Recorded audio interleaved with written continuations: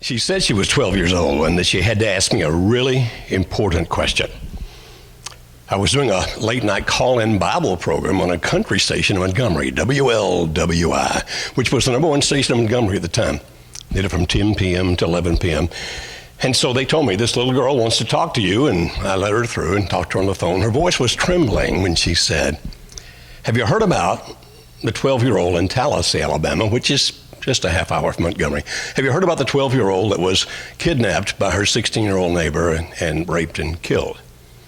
Well, if you lived in Montgomery, you had heard that. It was on the news, the radio, television, and the newspapers. I said, "Yes, ma'am, I've heard of that." She said, "She was my best friend. I have a question." "What's that?" "Our Sunday school teacher told us that if we just loved Jesus and came to Sunday school, that God would never let anything bad happen to us. So I need to know, what went wrong?" She went to Sunday school. She loved Jesus. Why did God let this terrible thing happen to her? I didn't want to say, well, I'm sure that your teacher was well-intended, but what she said is theologically unsound. I mean, I don't know how much you discuss theology with a 12-year-old. And so I tried my best to help understand there are things going on in this world that are not always able to be comprehended by human beings. I'll read a passage for you, if I may, from Ephesians chapter 6. I actually wrote a book about this passage. Beginning of verse 10, Ephesians chapter 6, it says, "Finally, be strong in the Lord and in his mighty power. Put on the full armor of God so that you can take your stand against the devil's schemes. For our struggle is not against flesh and blood, but against the rulers, against the authorities, against the powers of this dark world, and against the spiritual forces of evil in the heavenly realms. Therefore, put on the full armor of God so that when the day of evil comes, you may be able to stand your ground. And after you've done everything, stand." Now, that's kind of an interesting passage. You look at that and it says, wait a minute, principalities and powers and dominions and authorities? Yes, who are those beings? Well, they're angelic beings, apparently, and they are beings that we won't necessarily see. If we were doing a series on spiritual warfare, I'd talk a whole lot about angels because it's fascinating. Right now, I'll just say a couple of things about them, and one is that they are not God's equal, neither is Satan, by the way. He is not God's equal. God is omnipotent. Satan is not. He can't just create things. God is omniscient. He knows everything. Satan does not know everything. And biblically speaking, God sometimes uses his ignorance against him. And God is omnipresent, but Satan isn't. He's not everywhere. Being an angel, he can only be one place at one time. I'm not quite sure where that is, but probably in Alabama. So we look at this. I don't know where he is. If I were he, which I'm not, I don't care what they say on the internet.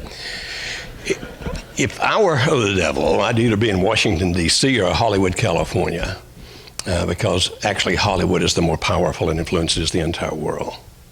And you say, okay, this being is around? Mm-hmm. And there's a very scary passage in 1 John chapter 5, verse 19, which says that the whole world is under the control of the evil one. You say, wait a minute, God's in control. Yes, God more powerful than Satan, that's correct. But you understand that it's, according to 1 Corinthians 15, it's at the end when Jesus puts everything under his feet. We know that Jesus is the ruler, but the Hebrew writer says, but not yet. And so the devil is on the earth somewhere as a roaring lion seeking whom he may devour. That's how Peter would describe him.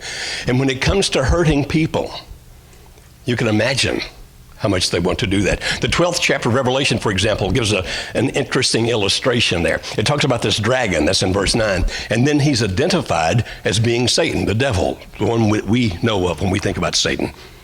And a great war took place in the heavens just above the earth when a child was born who would rule all nations with a rod of iron. It's only one child that's been born that fulfills that. And this great battle was taking place in the heavens above with Satan and his angels and Michael, an archangel, and his angels and those kinds of things.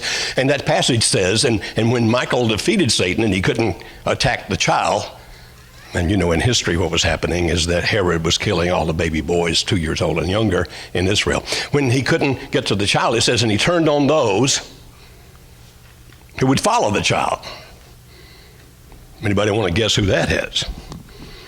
And that would, of course, would be us. But you're still thinking, but God is all powerful. Yes, he is. God can do anything. Yes, he can. Then why does God let these things happen? I cannot give you a definitive answer. I don't know. But I can give you some Bible pictures that we can help begin to understand why. You may have read this story before. It's the book of Job. It's in the Old Testament if you want to flip back over there. And it talks about Job being the greatest man in his part of the world. Now, his part of the world actually was kind of devoid. What I mean is, if you had a map of Israel up there, it says he was in the land of Ur, and Ur was down here closer to Egypt, and it's kind of desert down through there. And it talks about how many animals he had, how many sheep, how many pair of oxen, and all those kinds of things. He was a rich man, because back then, the oil under the ground didn't matter. And so what matters is the number of animals that he owns and the number of servants that he has. And he has 10 children. He has 7 sons and 3 daughters. And he's such a good guy that whenever his 10 children get together, oh, by the way, he's such a good guy, his grown children still get together. You have to be old enough to understand that one, that they still get together. And whenever they got together, he would pray and make sacrifices in case they may have sinned. And in the book of Job, which, by the way, is a docudrama. You say, what does that mean? It's inspired. It is inspired of God, but it's not the same as the book of Acts in the sense that it's a docudrama. It tells a story, and it tells it in perfect Hebrew poetry.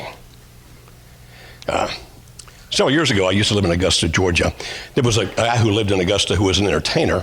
I knew him. He was an interesting guy. His name was James Brown. Anybody ever heard of James? Yeah! James Brown, you know. Again, you have to be a certain age to understand that. Every year, James would have this big birthday bash, and all these stars would come in from all over the country to celebrate his birthday. I was flying out the day after that, and back then I was flying all the time, and so El Dutho would just put me in first class. So I'm sitting in first class, and a limousine pulls up to the plane. And this guy gets out and comes in, and there's only one seat left in first class, and it's next to me, and he sits down next to me. I didn't recognize him. So I looked at him and said, "You famous or something?" And he had this deep, neat voice. He said, "In certain circles." I said, "What's your name?" He said, "Tone Loc." I said, "What do you do?" He said, "I'm a rapper." I couldn't help it. "What do you rap?"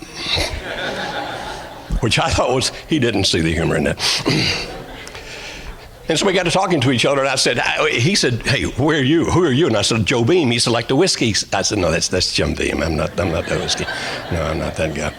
He said, "Where are you going?" "I'm going to speak for this church." And he said, "Oh man, I love to hear a good choir." And we started talking. He said, "You know that rap came from black preachers.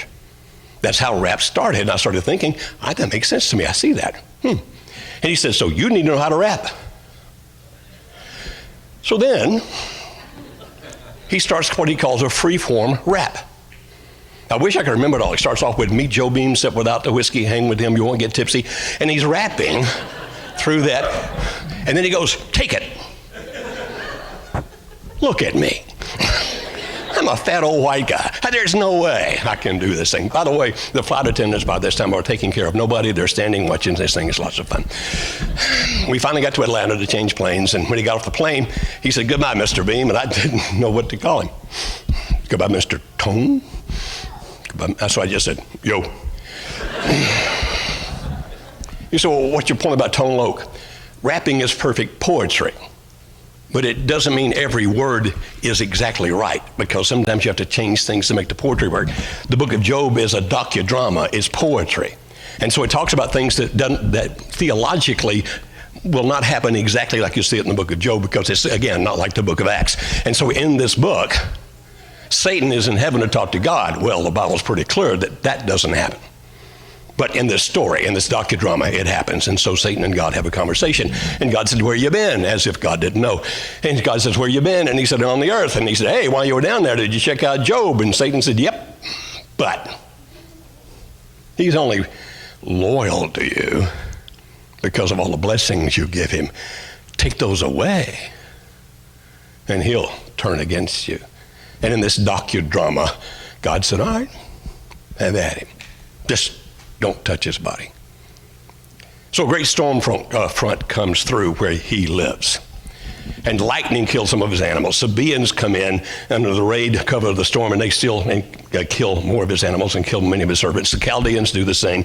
Tremendous storm. And it happens to be a night when all 10 of his grown children are having dinner together, and a great wind. In this part of the country, we'd call that an F5 tornado. A great wind comes along and blows down the house and kills all 10 of them, and that all happened in one night. One night. If you say, well, what's the point of the story? I think God's trying to help us. Well, God had the book written so we could read it. The stories let us know some of the tactics, because in the passage I just read, in Ephesians chapter 6, Paul said, we can stand against the devil's schemes. To the Corinthians, he said, I'm not ignorant of Satan's schemes. First time I really paid attention to that word, I thought, I'm ignorant of his schemes. Well, Job kind of gives you some understanding of how it works. And you say, okay, what did he do? He killed all 10 children. And by the way, today we would say that's an act of God. Yet in the book of Job, it was the act of Satan. The tornado that killed the kids, and the animals were slaughtered, and the servants were slaughtered. And that man, by the way, the Bible says he was the richest man in that part of the world. That man who was the richest man in that part of the world that morning, the next morning, has nothing. And so the devil and his angels came. You say angels did that? Hey, Hebrews said that angels can be wind. Angels can be fire. You say, what was the tactic? What was the scheme? Think about it this way. Suppose today, after you leave church, you headed back home. When you get kind of close to your house, you can see there's some smoke rising over there. As a matter of fact, something big is burning, and you think that's about where my house is. And as you get closer, the police stop you. You can't get any closer, and you realize that really is my house. And you get out of your car, and you run over there, and it's been consumed. It can't be saved. Well, some of your friends would say, hey, come stay with us tonight. We'll help work out things tomorrow. Well, tomorrow's Labor Day, so you'd wait till Tuesday, and then you go to the bank to try to get some money. And what if the bank said, we've had this big embezzlement. We can't even figure it all out. So all the money's tied up, so you don't have a place to live. You don't have any money. Do you think that you might be saying, I was at church. I was worshiping God. I was doing what was right. How could God let that happen to me? Because you see, this scheme, this tactic is to do everything they can to create doubt, particularly doubt about God. When I was a young minister, back in the late 1800s, I was the sole staff for a church in LaGrange, Georgia. I was the entire staff. You understand? I typed a bulletin, I printed a bulletin on this little thing called a mimeograph machine, which had been designed in hell. And being the entire staff of that church meant I had to basically do everything. And so I always went fishing with my buddy Steve. When we went fishing every Monday, that was his day off, that was my day off. And this particular day, I had run up to the church building to get something before I go fishing, and the phone's ringing. I feel guilty, so I have to answer the phone. Church of Christ, are you the minister? I'm as close as they have. Do you know Jan so-and-so? Yes. She lives in Atlanta, such and such an address. I'm not sure what her address is, but she lives in Atlanta. And her sister is so-and-so, and her mama. Yes. We're talking about the same person. Judy's her sister, Mary's her mom. I know them. They said, she's just been killed in an automobile accident, and we need you to go tell her family that she's dead. And I said, I don't know how to do that. This is my first ministry. The lady finally guilted me into it. So I started driving to Mary's house. That's the mom. I thought, no, I'll go to Judy's house. That's the sister. I'll tell Judy first. Then she can go with me to tell her mom. So I got to Judy's house, and she wasn't home. I went up to the door. There was a little note on the door that said, Jan, when you get here, come on in. I'll be right back. So I took the note off the door because I knew that Jan was not coming. Put it in my pocket, sat on the steps and waited. Eventually she shows up. She'd been to the grocery store. She needed to get her groceries in. I was happy for the reprieve. I helped her carry the bags in, set them down in the kitchen. And she said, why are you here? And I need to talk to you. So I took her into the living room, sat her down, and I said, I don't know how you do this. Jan's dead. To which she replied, how dare you joke about something like that? I would never joke about something like that. I need for you to go with me to tell your mom. So she went out and she got in my car with me. As we started driving toward her mother's house is when it finally dawned on me, oh man. You see, I had never met Mary's husband, Jan's father, Judy's father. I'd never met him. He had died before I moved to LaGrange. But he was one of those guys who was just bigger than life. And everybody had stories about him. Funny stories about when he did this and how he did that. I mean, he still lived because of the fact that people just thought so highly of him. And as I was driving her, Judy, to Mary's house, it hit me. I never knew him, but I remember them telling me he was killed in an automobile accident on Mary's birthday. And Judy said, Jan was coming to help me with a surprise birthday party from my mom. It's her birthday. And I'm thinking, why? I mean, this is bad enough. But twice on Mary's birthday? Why? I couldn't have been too far off the mark about what Judy was feeling. In my imagination, I could see Satan sift into the car between the two of us. In my imagination, I could see him turn to Judy and say, yeah, your dad was the best man you ever knew, and God let him die. Your sister, the best woman you ever knew, and God let her die. Obviously, either your God does not exist, or he does not care about you. And I couldn't have been too far off because she began to moan. And then finally it turned into a wail. And finally she lifted her head toward heaven and screamed, why, God, why? I didn't say anything. I was asking the same question. Why? Why didn't you stop that? Couldn't you have? You see, they'll do anything and everything they can to make us doubt, and particularly because of the fact in our world now, if you're religious at all, which is becoming a minority, but if you're religious at all in terms of Christianity, Christendom, then we have more and more people telling us that the theology is, if you just love Jesus and go to Sunday school, nothing bad will happen to you.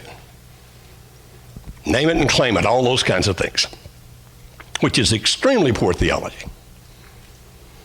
Because Jesus said, you think they were tough on me? Oh, first he said, you think they were tough on the prophets. You think they've been bad to me? Wait till you see what they do to you. Which was, by the way, one of the most anti-motivational recruiting speeches ever given in the history of humankind. If you follow me, you're going to suffer for it. Well, then why would I follow you? Because you have to understand this world is not my home. I'm just passing through. And if you actually believe there is another life, and that life is an eternal life, then yes, the devil tries to rule this world, and will until the resurrection day when Jesus puts an end to all that. Satan tries to rule this world, but God rules eternity. And if we think only in terms of flesh, we'll never, ever really get it. You understand? It's like we've got to see beyond what we're seeing now. And so Job, rather than thinking God was some celestial Santa who had to give him everything he asked for, understood God better than many people do today. Naked I came into the world, naked I'll leave. I had nothing when I came, I'll have nothing when I go. Blessed be the name of the Lord. I trust and believe in him.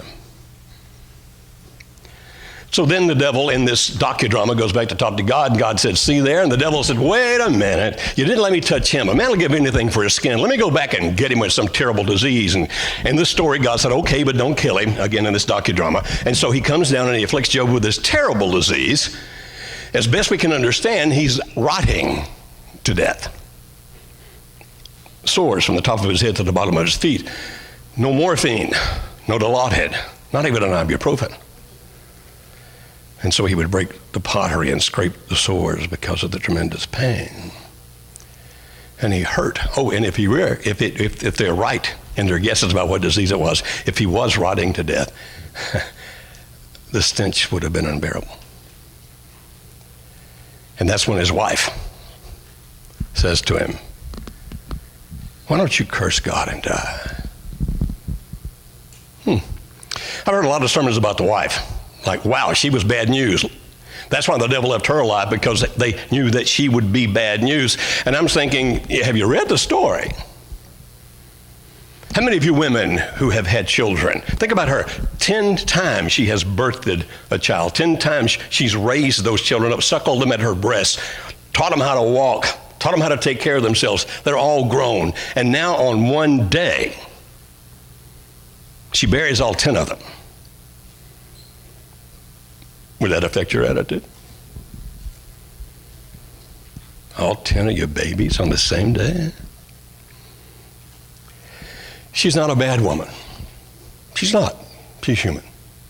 She's just weaker than Job. And that's why he left her alive. Now, I've been around a little while. and have been to Fayette before, before any of you were born. And now you have been kind enough, Jordan and the church here has been kind enough to invite me to come speak here. And I'm just amazed that you would do so. So thank you for that opportunity. Some of my friends here, the Kilpatricks, Wayne and Carolyn, and my friend Jimmy Fair and other people like that. And a lot of you folks I haven't seen for years. So thank you very much for inviting me here. But as I'm here standing looking at you, I'm saying, in my lifetime, I think I've seen this scheme more than any other. What? Where the weakest family member is used to hurt the rest of the family. It could be dad. Here's a faithful mom, faithful to the Lord, bringing her kids up in the Lord as best she can, and dad has nothing to do with it, but dad has tremendous influence on those children who think, if dad doesn't need God, neither do I. Whereas I heard one man, he was drunk when he said it. One man said, if my dad's in hell, that's where I want to be. I want to be with my father. I've seen good, godly men faithful to the Lord Jesus and trying to raise his children right, where the wife was the one who was weak and was tearing the family apart. I've seen teenagers be used to pull the family apart. In other words, they find the weakest member and try to use that person to destroy the rest of the family if they possibly can through that person's weakness. That's what they're doing, Mrs. Job. She's not bad, she's just weak. And in her frustration, she said, why don't you just curse God and die? And basically, Job's answer is, shut up. You say, well, doesn't that prove she's a bad person? No, that just proves they've been married a long time. All that proves. And still, Job remained faithful. And they got to the point where it was like, then the devil thought, I've made him sick. I took away everything that he had. I've used his wife's weakness. It's time to bring out the big guns, the brethren. So 3 friends come to see him, Bildad, Eliphaz, Zophar. Aren't you glad your mom wasn't reading Job when she was looking for your name? Bildad, Eliphaz, Job, and these are good guys. Now these, because Job was really, really very rich, these would have been very rich people. These were his peer group. And they came and they did what was the custom of the day, which was they sat there for 7 days without saying a word. Because when in those days you came to somebody who was mourning and grief, you just didn't say anything for 7 days, and I wish they'd bring that one back. I mean, how many times have you been in some kind of pain and somebody walked up to you and said, well, God just needed another angel, that's why he took her. And you're thinking, get out of here. Don't tell me that. Don't you understand my pain? So they were just there. They just sat there. They just were very, very quiet for about 7 days, because sometimes that's all you can do. My good friend Trent back when he was a student at Auburn University, it was about 1812, something like that. When he was a student at Auburn University, they had a retreat And at the time I was living in Childersburg, Alabama. I didn't live there long, but I was in Childersburg, Alabama. And one Sunday morning at 2 a.m., Trent calls my house and wakes me up. No cell phones back then. I mean, I got to preach in a couple of hours, right? And he wakes me up and I said, what? Well, one of our mutual friends was with him up there, and she had decided that perhaps that night was the night she should end her life. And Brent was calling me saying, you need to come help me. And I'm saying, I'm asleep. And he guilted me, so I got in the car and I started driving to where they were. And as I did, I got madder and madder and madder. And I thought, when I get there, I'm going to chew her out. Why don't you cut out this drama stuff and live the right kind of life? And so I get there, and then there's Brent, and there she is. And I pull up my car, I get out and walk up. Trent. There's Trent, and I get out and walk over there, and she runs up and she grabs me and she hugs me and said, thank you for loving me. Now, how can I chew her out? You know, she just ruined everything there. I didn't know what to say. I didn't know what to do. So I just sat. We sat. And we listened. I didn't know what to say. I don't think Trent knew what to say. But sometimes that's all it takes. Is there just somebody there who cares? Who will listen? He'll just be there. Sometimes that's just the best thing that can possibly happen. By the way, she's alive and doing well today. She finally wound up marrying a minister, and they did great ministry, and they're now retired, and they're doing all great. So Trent was involved in helping all that happen by what he did. So these guys get there and don't say anything. Now, when they do start talking is when the problems come. Now, if my understanding is correct, it's about time for me to end this session because we're going to be having Bible class in a few minutes. And if you decide to stay for Bible class and stay in here with me, what's going to happen is we're going to start back right there and finish the book of Job then. Or you can go home or do whatever makes you happy. But in this class right here, in the next hour, we're going to do that. But we still have a couple of things to do before we end this hour and start that class back. So just remember we started that point in Job, okay? I really do appreciate very much the fact that you guys invited Alice and me to come be with you for this service here. I really appreciate your attitudes. I appreciate the love. And Priscilla and Jordan actually work with us at Marriage Helper. We, of course, work out of Nashville. They work out of here. And among the other things they do, of course, you know, with you, they work with us part-time and are a key part of our organization. I mean, they're vital to what we do. So just wanted you to know about that they do that, and that's really why I'm here, is because of them. Now, I've known Trent, loved Trent for a long time, but basically here because, you know, whatever Priscilla wants, Priscilla gets. Okay. Simple enough. In the book of Job, what's happening is these three guys have shown up, and they're actually mourning with Job. So for 7 days, they don't say anything, and he's in great pain. When they finally do start talking, they do something that's very common to people who are religious. They make some conclusions and then convince themselves that their conclusions are correct. So basically what they said to Job was this: the bad things that are happening to you because of the fact that you're a sinner. And the way they came up with that conclusion was through what would be called Aristotelian syllogistic logic, except Aristotle had not yet lived, so they couldn't call it yet.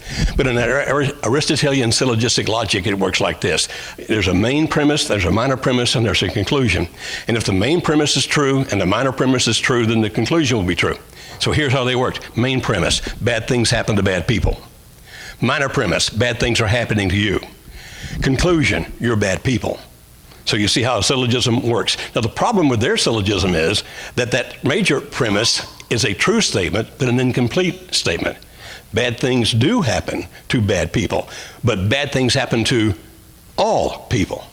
Therefore, if they had been using it the way they should have, it would have been bad things happen to all people, bad things are happening to you, your people.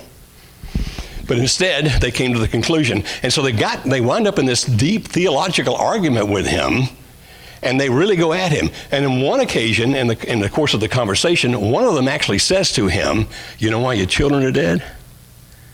They're sinners. God killed them. So how would you react?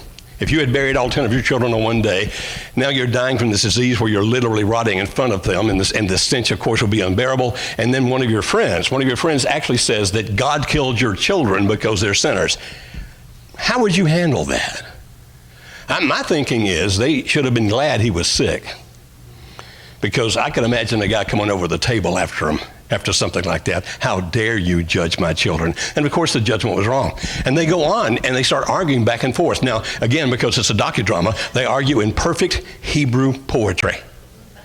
And in this perfect Hebrew poetry, they're going back and forth. You're a sinner. No, I'm not. You're a sinner. No, I'm not. And that's 30 chapters where they just go back at each other again and again and again like that. And Job actually hates the fact that he's still alive. And so if you look here in chapter 3, for example, I'm starting in verse 20, Job chapter 3, verse 20. He says, why is light given to those in misery, and life to the bitter of soul, to those who long for death that does not come, who search for it more than hidden treasure, who are filled with gladness and rejoice when they reach the grave. Now, he'll say that more than once. He'll talk about the fact that he wished that he was dead. Now, he wanted to be dead because of the pain. But understand that even then, Job, because of his faith, knew that he himself would not do anything to himself to hasten to death. I mean, I can imagine as sick as he was, you might want to consider something like that. He's just saying, why did you let me be born? And there's another passage where he'll actually say that. Why didn't you just kill me at birth? If you had killed me at birth, then none of these things would have happened. Now, when people think emotionally like that, emotion and logic are contradictions. Would you agree? And when they, sorry, I'll give an example. Any of you guys have any phobias by any chance? Yeah, see, I have ophidiophobia. So what's that? It's the intense and unrealistic fear of snakes. Now, don't worry, it's not contagious. I can't stand to look at a picture of a snake in a book. If I touch the picture of the snake in the book, it freaks me out. Okay, I went to the mailbox one time and there was a little magazine that had come from one of my daughters, and there was a rattlesnake on the cover of the thing. I threw it and yelled, "Snake!" Got my hoe and killed it. So, ophidiophobia. Now, if you were to come up with me with a little green snake and say it's not harmful, I'd go, stay over there. This actually happened to me one time down in Daytona. The youth minister found out that I had ophidiophobia, and when the service was over, he ran to his office, reached in the terrarium, got a little snake, came back across the auditorium, and I saw him when he was about 30 feet away. I saw him with that snake, and I said, "Stop right there." And he laughed and kept coming. I said, "If you come over here, 2 things are going to die." He said, "What do you mean?" I said, "First, I'm going to kill the snake. Then I'm going to kill you." He said, "You're a Christian." I said, "Yes, which is why I'm going to repent and go to heaven, and you'll still be dead." So when emotions and logic get in contradiction to each other, the emotions are going to win. Now, he is having these emotions because think about this. When he says, "Why didn't you kill me at birth?" Now, think about the other people who would have been negatively influenced if that had happened. First of all, those 10 children would have never existed. You say, "But they're dead." But they had life.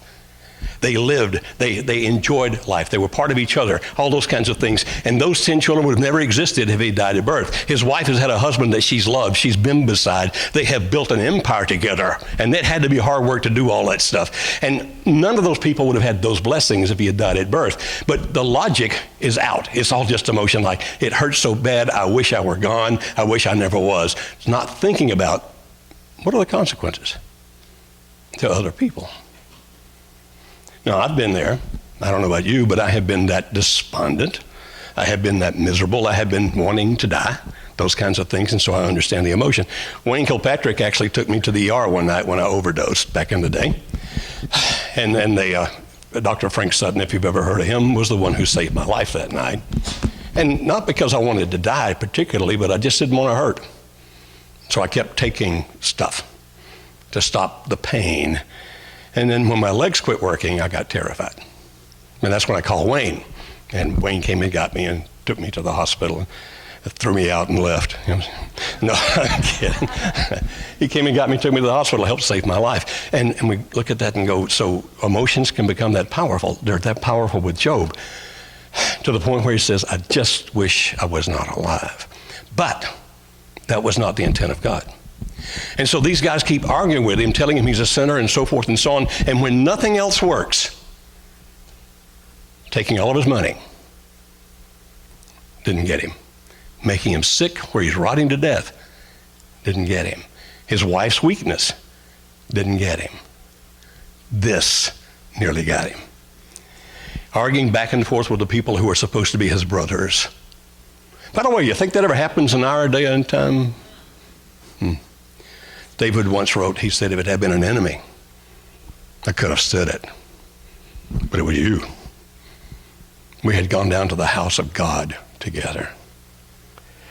And people that are supposed to be your friends, supposed to be on your side, supposed to love you, who turn on you for whatever reason, either because they think maybe somehow your theology doesn't match theirs, or you don't do things the way they want you to do things, because we know that people typically want us to think the way they want us to think, act the way they want us to act, believe what they want us to believe. All those can feel what they want us to feel. And if we don't meet their criteria, sometimes people can be viciously mean. Anybody ever experienced that? And sometimes that's why people quit church. It's like, those people mistreated me. Welcome to the club. Don't you understand? We're going back to what Jesus said again. You think they were tough on the prophets? You think they've been bad on me? Just wait till you see what you do. But these are supposed to be people on my side. In Matthew chapter 9 and 10, when Jesus gives this anti-motivation speech, he says that fathers will turn on their sons, and mothers on their daughters, and brothers and sisters on each other. That it's the people that should be on your side that you'll look around someday and think to yourself, I am all alone. But now we go back to Ephesians, because the picture he paints there is you're standing. Take heed, okay? He says you're standing. And if you happen to notice what I read earlier in the first service, it says, and when you have done everything, stand. Here's the picture. You're in a battle. They've knocked your shield away. You've lost your sword. Your companions are lying bleeding, maybe even already dead around you, and it's just you. And the thing that would seem to make the most sense is run. And he said, stand. They're going to hurt me. Yes. I'm not going to enjoy this. No. Why do you want me to do this? And maybe here's where we start getting to some of the answers. Why in the world would God let these things happen to us? Now understand that I don't have all the answers. I'm just going to share with you my understanding, and you do your own Bible study. But in Job's case, what happened was Job finally got so frustrated, he basically looked toward heaven and said, hey, God, come down here and explain yourself. By the way, have you ever wanted that to happen? You don't want that to happen. You just think you want that to happen. He said, God, get down here and explain yourself. And God showed up, and Job went, didn't mean for you to come here. I mean, can you imagine God showing up? What do you want? And Job said, you didn't have to come here. And God said, I'm here. Let's talk about this. And then God says things like this. I could explain it to you, but you won't get it. Now, when you can spread the stars across the sky, when you can put the monsters in the depths of the sea, when you can make the trees grow, when you can do all those things, I'll tell you, because then you'll get it. And when I was a young minister, reading that, back when I was a young minister, I literally thought, what a cop-out. God just did a cop-out. But of course, I couldn't tell my church that because they would fire me. But I thought, God did a cop-out. So Alice and I had our first daughter back in 1970. Her name was Angela Michelle, named after the angel Michael, Angela Michelle, okay? And so when Angel was 6 weeks old, she went in for her first surgery. And there was no internet back then, so we couldn't tell the doctors what they were supposed to do. And she goes in for the surgery at Eggleston Children's Hospital in Atlanta. And this doctor says she has a 50-50 chance of surviving this surgery. Of course, we're very young parents. We're terrified. We're praying. We're calling all of our friends everywhere and getting them to pray that God will spare our child's life, that kind of thing. Well, God did. But then she had to go back 4 times a year for a while to get tests to make sure it was still working like it should have. And those tests apparently were exceptionally painful. And they couldn't really give her the right kind of anesthesia for it because I don't know why, but they couldn't. And so she got to where if she saw anybody in a red coat, in a white coat, she would be terrified. I remember once when she was about 5, taking her into a Baskin Robbins and they were wearing white coats and she freaked out. I don't know if you've noticed or not, but God has built certain balances into nature. Like people who are blind sometimes hear unbelievably well. People who are deaf sometimes have great vision. If you've noticed, what often gets built into, that God has built into nature, is that when people are mentally handicapped, they're often stronger than other people of their same size. So Angel is strong. She's very strong. She could whip me in a fair fight. Of course, I wouldn't fight fair. But if I did, she would whip me in a fair fight. Now, she's not very big. She's only about that tall. She's 51 years old now. And she operates at about a level of a 6-year-old, a slow 6-year-old. So she's like a little girl living in a woman's body. So back to these tests, 4 times a year. And whenever we would show up there, she would start freaking out. And then 3 times a year, and then twice a year, until finally they got to where they didn't have to do it anymore. But she had gotten some size before they had to stop doing the test. And that's when they would come back to the waiting room and say, Mr. Beam, we need you to help us. Because she was too strong. And they would have one of them holding that leg, one holding that leg, one holding that arm, one holding that arm. And they always gave me her head. And so I would stand there and put my palm on her forehead and my other palm on that and hold her so that she couldn't move. Now, Angel can talk pretty well until she gets upset. And when she gets upset, she cannot talk at all. She just cannot articulate when she gets scared. And so in those rooms, she wasn't saying anything. She was sometimes screaming. She was crying. But as I would hold her head, her eyes were right there. I mean, I'm looking dead into her eyes from just inches away, and her eyes were more eloquent than any orator. They said, "You're my father. You're supposed to be protecting me. And you're helping these people hurt me." And the best speeches I've ever made were in those rooms. But I never said a word. They were in my head. Why didn't I say them? There was no way she could understand. I'm helping them hurt you so you can live. That would make no sense to her whatsoever. So I just hold her and cry. And that's when all of a sudden I understood God in Job. I'd tell you, boy, I would. But there's no way you can understand this. And so what it's got to come down to is this. Do you trust me? Do you trust me? Okay, but still, is there some purpose? Well, a couple I can think of. Now again, I don't have all the answers, I admit that readily, but a couple of answers. One has to do with this. Peter would talk about how the fact that our faith, when it goes through trials, is like gold being refined by fire.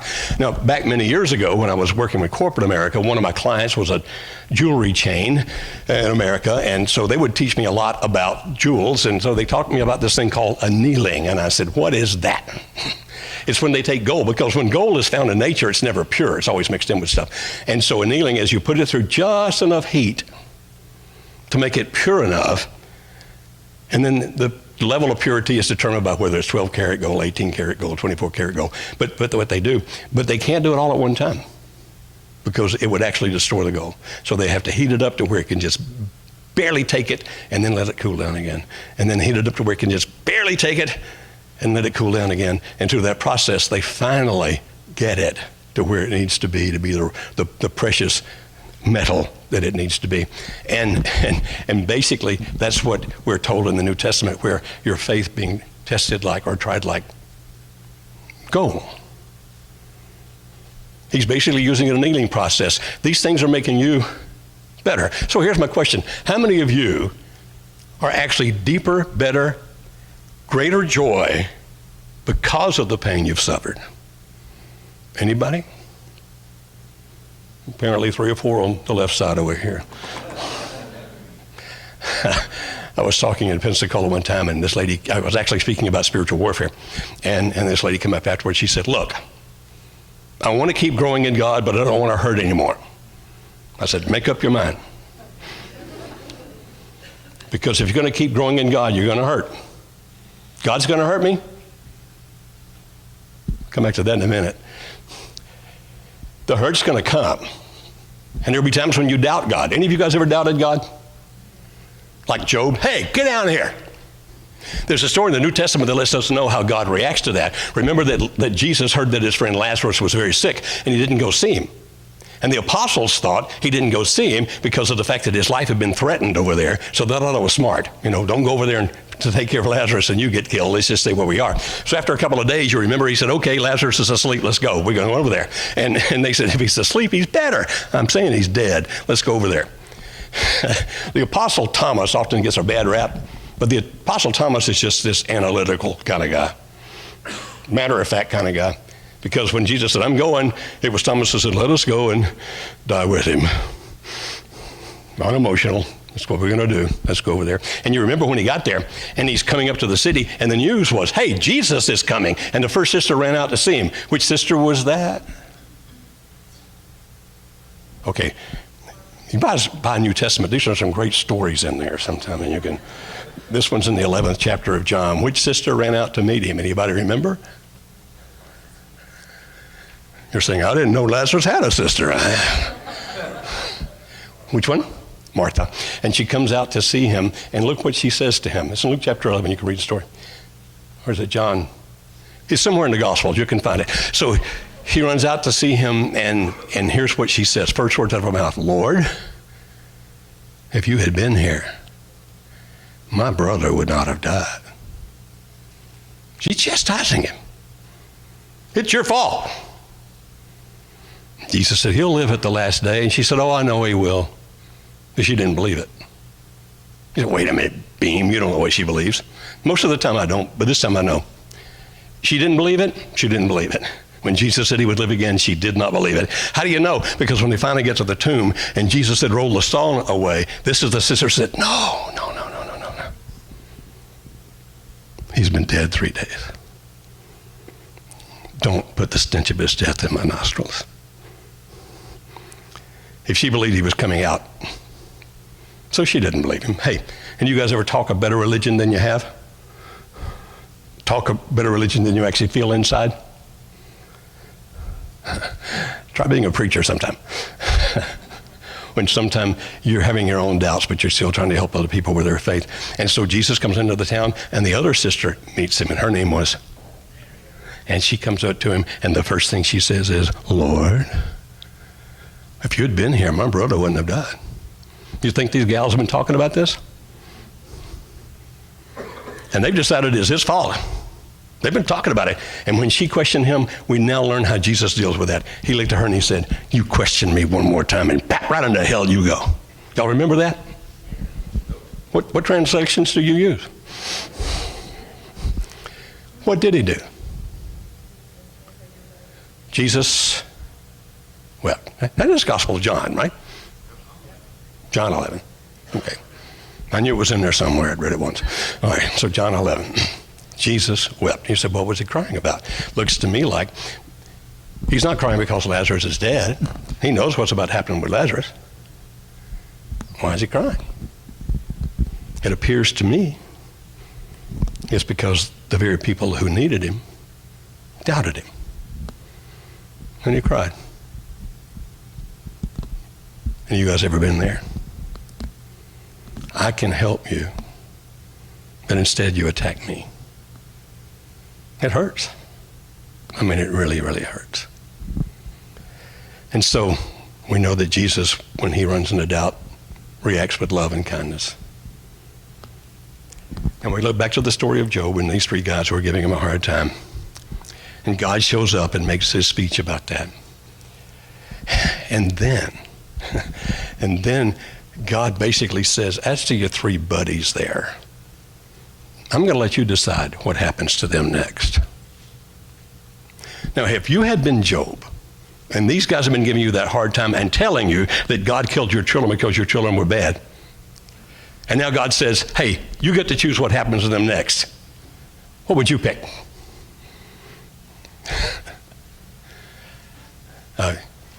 Can y'all not talk during Bible class? I didn't know. Strange customs in strange churches.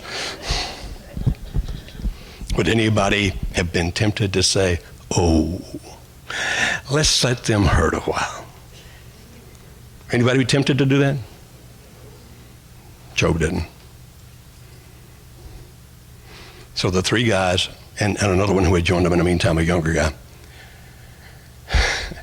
they got to the point where it was like, okay, we were wrong. And then God blesses Job with more children and more animals, and he becomes richer and richer than he was before.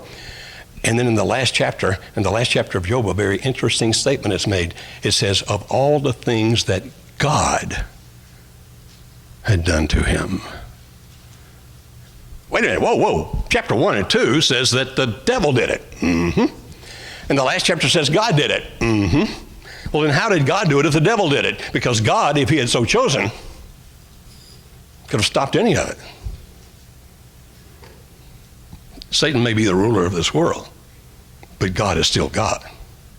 And God can overcome evil anytime he wishes. God can do whatever he wishes to do. And you say, okay, so of all the things God did to him, yeah, because God could have had it happen a different way if God had chosen to do so. Then why did God do it like this? I'm back to telling you, I don't know, because I can't spread the stars across the sky. But I found another thing beyond helping to purify my faith so that it's genuine and real and gets stronger all the time, is that, Paul would say it this way to the Corinthians. He said, we comfort others with the comfort with which we have been comforted. Now, I'm not a Greek scholar. I took Greek in college many years ago, but that was 100 years ago. And so I'm not a Greek scholar whatsoever. If I need to understand Greek, I call some of my Greek friends. I mean, people who know Greek, but I don't. And so, in that word, I say that comforted, what does it mean? Well, actually, is a word that if you translate it in, I'm a native Alabamian. I was born in Alabama. If you translate it into Alabamian, here's what it would say. Your buddy. You're going to be a buddy to the people who need a buddy, like there have been buddies there for you.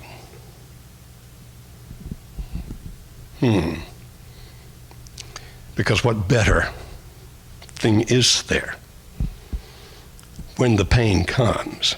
Because sometimes, this was not Job's case, but sometimes in our cases, the pain was brought on by what we did.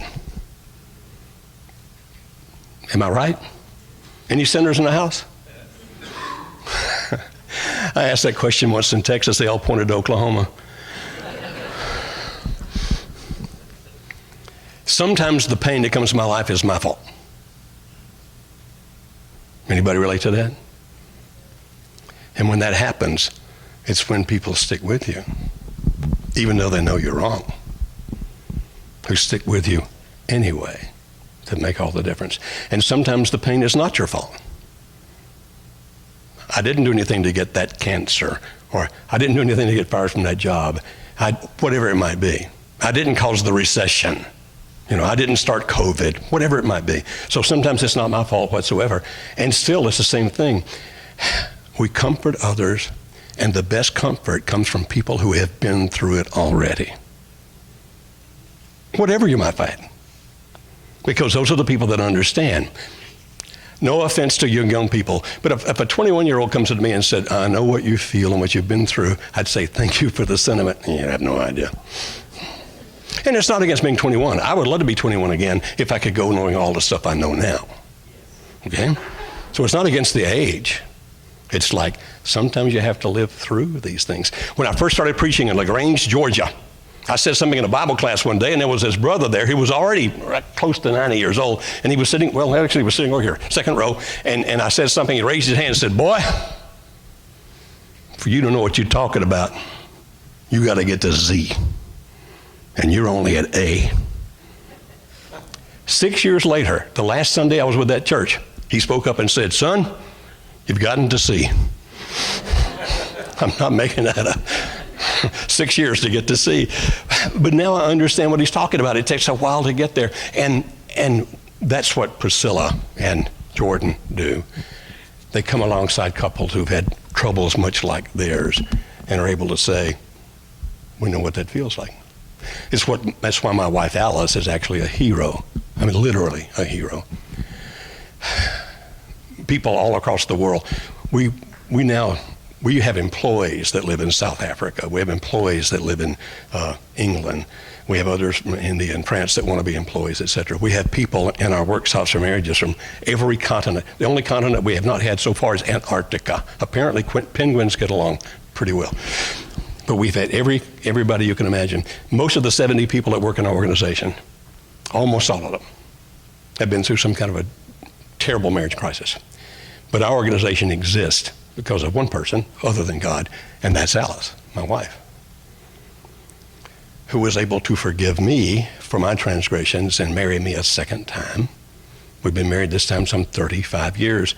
And in our workshops, we let people ask Alice questions. And the first question always is, why did you take him back? And then how could you ever trust him again? And all those kinds of things. And that literally, we had a lady in one of our workshops the other day said, before I do anything, I ask myself, what would Alice do? And people relate to her because she's been where they are, and it wasn't her fault. But she weathered it. People sometimes identify with me because of most of the crappy stuff that's crap. Did I say crap in church? I'm so sorry. Be happy, that's the word. I'm from a farm, it could have been the other. So understand that there's some people then that I can help because most of the bad things that have happened to me, I caused. But that's what it comes down to. We're here for each other. And the churches that are leading people to Jesus are the churches where people are honest and open about their pain. And when other people out there begin to realize you're not going to judge me, you're going to help me, you're going to love me, even though I'm the one who messed everything up, that's when they start flocking to church like you wouldn't believe. So one Sunday I was visiting a church in Montgomery. Buddy Bell was preaching. A guy on Buddy's staff, at the end of Buddy's sermon, a guy on Buddy's staff came to the front, took the microphone. This guy was on the staff of the church there. And he stood up with the microphone and confessed that he was struggling with the sin of pornography and he didn't know how to stop. And he asked the church if they would pray with him to forgive. Now I'm thinking, he's done. One of the staff members said he's struggling with, he's dead. That's all there is to it. And then Buddy took the microphone and said, with every brother in this church who's ever struggled with pornography, but by the power of the Holy Spirit overcome, come to the front. Like 30 guys get up and go to the front. And I think, now who are they going to talk about? He said, you guys get with him and you become his mentors to help him overcome this because you have been there. So, why do you let us hurt God? He says, can't explain it, Joe. You're not smart enough. I get it. But isn't your faith stronger than it's ever been? Yes, sir. And haven't people mentored to you that made your life better because they had walked that same path? Yes, sir. And don't you guys do the same? Yes, sir. Well, that's enough. I'll explain the rest when you get to heaven. Yes, sir. I'm happy to wait till then to get all the answers. I really am. Because when I was 21, I had all the answers. At this age, I don't understand half the questions. So I'm very happy. So is this making any sense to you whatsoever? About God is. He will always be. He is love. But sometimes he lets us suffer. But if you believe that he knows what he's doing, then you don't run from God. You run to God. I've been both directions. What about you? Whole lot better running to. Thank you for letting us be here.